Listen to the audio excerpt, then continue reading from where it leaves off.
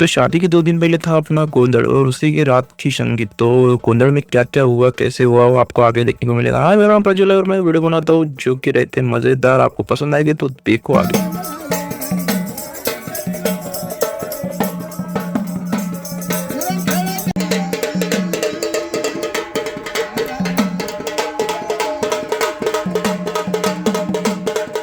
तो आप लोग सोच रहे हो कि ये क्या हो रहा है भाई। जो बाहर से देख रहे हैं महाराष्ट्र में तो पता है गोंधड़ क्या रहता है। आई भवानी को बुलाया जाता है जो कि शुभ कार्य करने से पहले हम गोंधड़ करते हैं। कोई कोई शादियों के बाद करते हैं, मतलब जोड़ी के साथ। और पहले तो गणपति जी की पूजा होती है, उसके बाद आई भवानी को बुलाया जाता है गोंधड़ करके। तो इसमें नाच गाना सब, मतलब वो एक प्रथा है। और उसी के साथ साथ जो गोंधड़ करने वाले बैकग्राउंड में आपको दिख रहे होंगे उनको एक, मतलब ऐसे समझ लो कि उन वो जो बोल रहे हो उसमें हर एक इसमें एक मीनिंग है। तो इसमें जो है कि पहले जो बांगड़े भरते हैं उसके बाद गोंधड़ चलता है, कंटिन्यू होता है। उसके बाद थोड़ा थोड़ा पूजा करते हैं, मतलब तेल डालना हो वो वगैरह सब कुछ करते हैं, वो आपको दिखेगा थोड़ी देर में। तो ये सब चीज़ें रहती है और इसमें थोड़ा नाच गाना भी होता है। और ये चीज़ें जिसको नहीं पता होगी तो भाई हमारे इधर ऐसे ही होता है, मतलब महाराष्ट्र साइड में। तो बहुत से जन शादियों के बाद करते हैं, हमने शादी के पहले की है, हमारे इधर शादी के पहले करते हैं। तो ये जो है शुभ कार्य करने से पहले की शुरुआत रहती है, जो कि अपन बोलते हैं ना भगवान को बुला के अपन, मतलब पूजा उसी के लिए करते हैं कि भगवान आए हमारे इसमें पार्टिसिपेट करे और हमको अगले कार्य के लिए आशीर्वाद दे। तो वही चीज़ें सब। और गणपति जी की पूजा तो होती है और यहाँ पे देवी की भी पूजा होती है, आई भवानी माता। और महाराष्ट्र में आओगे तो आपको ये सुनने को मिलेगा जय भवानी जय शिवाजी, मतलब छत्रपति शिवाजी महाराज के आगे जो नाम जुड़ाया जाता है जय भवानी जय शिवाजी। तो ये जो घोषणा है, तो यही घोषणा मराठी मावड़े करते थे। तो ये मैंने थोड़ा बहुत बताने की कोशिश की है। इसी के साथ साथ कार्यक्रम तो आगे चल ही रहा था, लेकिन भाई मेरा जो छोटा भाई था उसको आ रही थी नींद। तो वो देखो भाई इसके इतना बज रहा है फिर भी वो सोने का नाम नहीं ले रहा है, वो सो भी रहा है और ये सुन भी रहा है। तो इसी के साथ साथ आपको मैं डिटेल में पूजा भी दिखाना चाहता हूँ। ये देखो पूरा आपको देखने को मिलेगा कि क्या क्या रहता है। तो इसमें पूरा डिटेल मेरे को पता नहीं है कि कैसे कैसे चीज़ें रखती है, मतलब क्यों रखी है। लेकिन भाई मैं इतना बता देना चाहता हूँ कि पूजा जो है वो प्रॉपर अपना शुभ कार्य करने से पहले करते हैं और इसी के साथ अपनी आगे वाली जो आने वाली ज़िंदगी है उसको अच्छा करने के लिए ये पूजा की जाती है। तो ये सब होते होते भाई अपना आ गया था ट्रैक्टर, जनरेटर बुलाया था भाई, क्योंकि बीच में चली गई थी लाइट। और लाइट जाने के मतलब शाम को अगर संगीत के बीच में अगर लाइट चली जाती तो फिर से लफड़ा हो जाता। तो उसके वजह से पहले ही जनरेटर बुलाया गया और इसी को लगाने में भाई ये ट्रैक्टर वाले को भी जम नहीं रहा था, नया था वो। तो ये होने के बाद हमने की पूजा जो कि ये देखो इसमें जो है तेल डाला जाता है। तो इसका अगर डिटेल चाहिए होगा तो आप यूट्यूब पे जाके सर्च कर सकते हो, पूरा डिटेल में आपको इन्फॉर्मेशन मिल जाएगी, या फिर गूगल पे भी जाके देख सकते हो। सब लोग यहाँ पे एंजॉय कर रहे थे, सब लोग डांस नाच गाना मतलब चल ही रहा था और यहाँ पे भी मज़े चल रहे थे। तो हमने ये पूरा डांस वांस देखा, हमने भी डांस किया और सब लोग ये यहाँ पे मस्ती मजाक करना चालू था।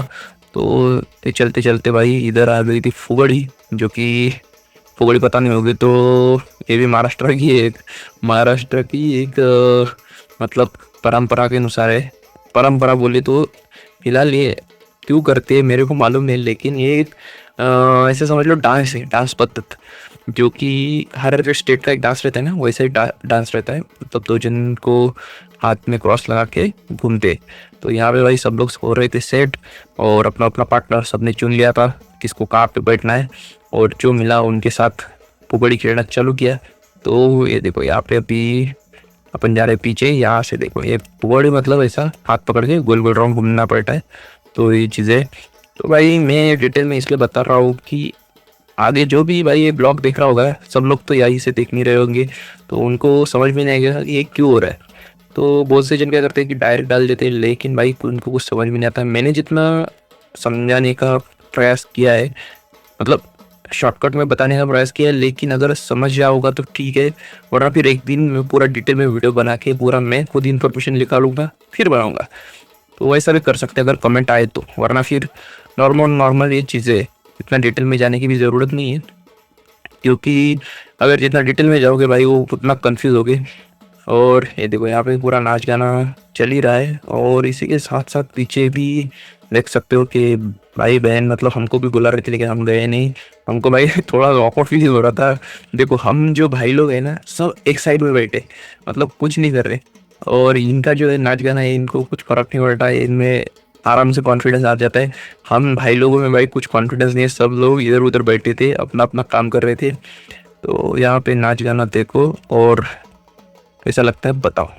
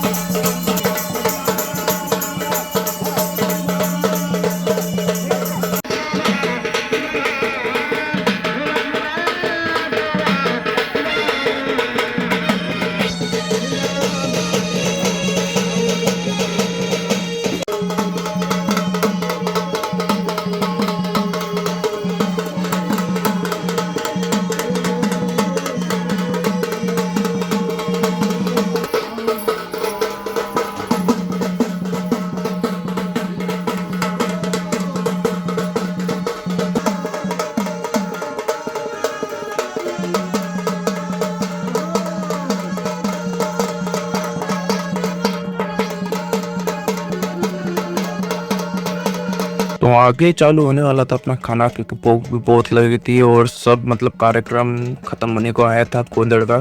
तो हम गए सीधा प्लेट के पास, उधर उठाई थाली और सीधा लगे खाना खाने के लिए। तो खाने में क्या क्या था वो भी आपको दिखाऊंगा क्योंकि भाई ये भी पार्ट बहुत इंपॉर्टेंट है। आगे जाके मैं भी इस वीडियो को देखूंगा तो मुझे भी मजा आएगा कि मतलब अगर आगे 10-12 साल के बाद अगर देखूंगा तो मेरे को भी मजा आएगा कि भाई उस टाइम पे क्या क्या हुआ था। तो देखो भाई, पहली चीज़ थी सलाद, दूसरी चीज़ है अचार। बताने की ज़रूरत नहीं, आपको दिख ही रहा होगा लेकिन फिर भी बता देता हूँ। नमक, ठेचा और नींबू। ठेचा बोले तो जो मिर्ची रहती है उसका अभी इतना डिटेल में बताने की भी ज़रूरत नहीं, लेकिन बता देता हूँ। अगर बाहर से देख रहे हो तो ठेचा रहता है, मिर्च जो रहती है ना उसको कूट के तेल डाल के थोड़ा सा और उसमें डालता है अपना धनिया, अदरक और लहसुन का चटनी रहता है। और इसी के साथ साथ भाई दो भाजी थी। एक थी अपना ये क्या बोलते हैं, कोफ्ता, आलू कोफ्ता। और दूसरी चीज़ थी दाल, मतलब नॉर्मल वाली दाल। तो वो सब चीज़ें हमने ली और एक और वाटी लेनी पड़ी क्योंकि भाई दाल के लिए लेनी थी तो ये ली। और उसके बाद थी सादी दाल, मतलब तड़का नॉर्मल वाला मारने का, वो वाली दाल थी जो कि थोड़ा अच्छा रहता है और खाने के लिए भी मस्त लगता है। उसी के साथ चावल थे और उसी के साथ था भाई पापड़। तो चावल भी ले लिए भाई, मेरे को पहले इसमें चावल खाने को नहीं होते लेकिन भाई टाट सजाने के लिए मैंने सीधी बात बता देता हूँ कि चावल ले लिए। और उसी के साथ था पापड़ और पापड़ के बाद था भाई जलेबी जो कि थी आगे। और ये वीडियो लग रहा होगा कि मैंने मतलब थोड़ा बहुत गलत होगा क्योंकि भाई बाद में डब कर रहा हूँ तो समझ लो इसका वीडियो लेंथ थोड़ा बड़ा है।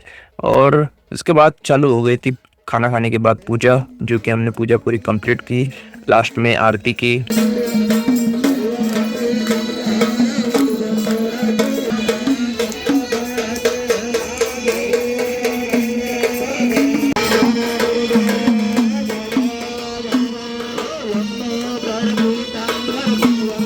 तो यहाँ पे चल रहा था फोटो सेशन, जो कि भाई हर एक शादी में चलता ही है, हमारे इधर हो कि किधर भी हो उधर तो फोटो खींचना मतलब छोड़ दो, इतना फोटो खींचते हैं कि क्या ही बोलूँ। हम तो बहुत परेशान हो गए। तो ये रील की थी शूट जो कि अभी तक कंप्लीट नहीं हुई है। और यहाँ पे चल रहा था जो जनरेटर लाया उसका काम, क्योंकि भाई बाद में लफड़ा नहीं चाहिए था क्योंकि रात में अगर लाइट जाती तो सॉन्ग का प्रॉब्लम हो जाता। यहाँ पे लग गया था डीजे और उसी के धुन पे नाच रहा था भाई मेरा छोटा भाई।